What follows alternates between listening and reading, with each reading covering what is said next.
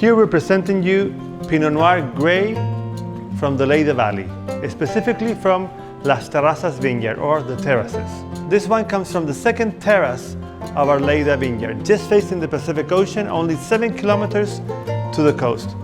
So the soil for this wine, we're talking about a little bit of red clay on top, and then a lot of granite. And granite, as you see here, the stone is the granite, typical classical Chilean granite from our coastal range.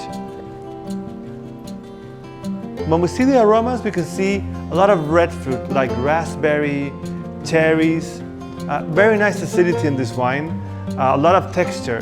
So how do we do this wine? Well, we harvest by hand, normally in the morning in small cases. It arrives to the winery, normally with the stem, and about 30% of this wine is a whole bunch. So we use all the grape, the whole cluster. Then we do in small tanks, open tanks. We do a little bit of pillage and sometimes a little bit of small pump overs.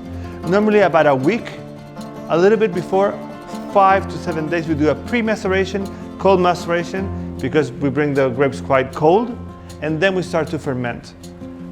We finish fermentation and it goes directly to do malolactic fermentation in the barrels. Of course, all of this about 12 months in French oak. We use specifically 300-liter barrels, so a little bit bigger than normal, that come specifically from Burgundy. You know, one of the top places, the barrels for the Pinot Noir.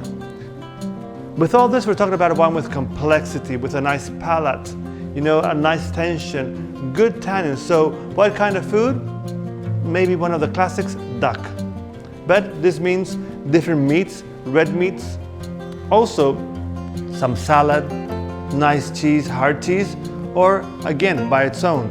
This wine comes specifically from Block 22 from Las Terrazas vineyard. Cheers.